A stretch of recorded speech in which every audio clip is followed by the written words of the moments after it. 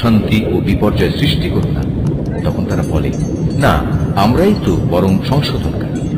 অথচ এরাই হচ্ছে জমিনে যাবতীয় বিপর্যয় সৃষ্টিকারী, যদিও তারা এ ব্যাপারে কোনো চৈতন্য রাখে না। তাদের যখন বলা হয় অন্য লোকেরা যেমন ঈমান এনেছে তোমরাও তেমনি ভাবে ঈমান আনো, তারা বলে, হে নবী, তুমি কি চাও আমরাও নির্বোধ লোকদের মতো ঈমান আনি? আসলে নির্বোধ তো হচ্ছে এরা নিজেরাই, যদিও তারা এই কথাটা জানে না। মুনাফিকদের অবস্থা হচ্ছে, তারা যখন ঈমানদার লোকদের সাথে মিলিত হয় তখন বলে আমরা ঈমান এনেছি, আবার যখন একাকী তাদের শয়তানদের সাথে মিলিত হয় তখন বলে আমরা তো তোমাদের সাথেই আছি। ঈমানের কথা বলে ওদের সাথে আমরা ঠাট্টা করছিলাম মাত্র। মূলত আল্লাহ তাআলাই তাদের সাথে ঠাট্টা করে যাচ্ছেন। আল্লাহ তাআলাই তাদের অবকাশ দিয়ে রেখেছেন। তারা তাদের বিদ্রোহে বিভ্রান্তের ন্যায় ঘুরে বেড়াচ্ছে। এরা জেনে বুঝে হেদায়েতের বিনিময়ে গোমরাহি কিনে নিয়েছে। তাদের এই ব্যবসাটা কিন্তু মোটেই লাভজনক হয়নি এবং এরা সঠিক পথের অনুসারীও নয়।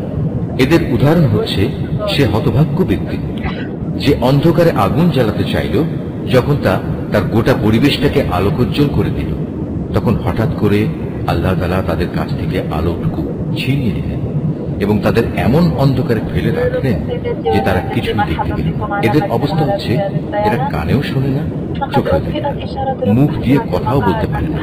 অতএব এসব লোক সঠিক পথের দিকে ফিরে আসবে না। অথবা এদের উদাহরণ হচ্ছে আসমান থেকে নেমে আসা বৃষ্টি, এর মাঝে রয়েছে আবার অন্ধকার, মেঘের গর্জন ও বিদ্যুতের চমক। বিদ্যুৎ গর্জন ও মৃত্যুর ভয়ে এরা নিজেদের কানে নিজেদের আঙুল ঢুকিয়ে রাখে। এরা জানে না আল্লাহ তাআলা কাফিরদের সকল দিক থেকেই ঘিরে রেখেছেন, তাতে এদের অবস্থা নাজুক হয়ে পড়ে। মনে হয় এখনই বিদ্যুৎ এদের চোখ নিষ্প্রভ করে দেবে। এই আতঙ্কজনক অবস্থায় আল্লাহ তাআলা যখন এদের জন্য একটু আলো জ্বালিয়ে দেন তখন এরা সেদিকে চলতে থাকে। আবার যখন তিনি তাদের উপর অন্ধকার চাপিয়ে দেন তখন এরা একটু থমকে দাঁড়ায়। অথচ আল্লাহ তাআলা চাইলে সহজেই তাদের শোনার ও দেখার ক্ষমতা ছিনিয়ে নিতে পারতেন। নিশ্চয়ই তিনি সর্বশক্তিমান।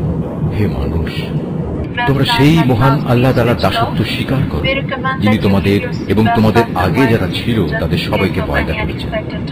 আশা করা যায় এর ফলে তোমরা যাবতীয় সংকট থেকে বেঁচে থাকতে পারবে।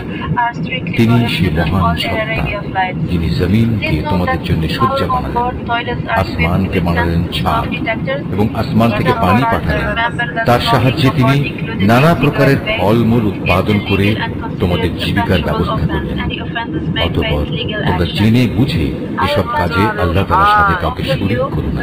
আমি আমার বান্দার উপর যে কিতাব নাজিল করেছি তার সত্যতার ব্যাপারে যদি তোমাদের কোনো সন্দেহ থাকে তাহলে যাও, তার মতো করে একটি সূরা তোমরাও রচনা করে নিয়ে এসো।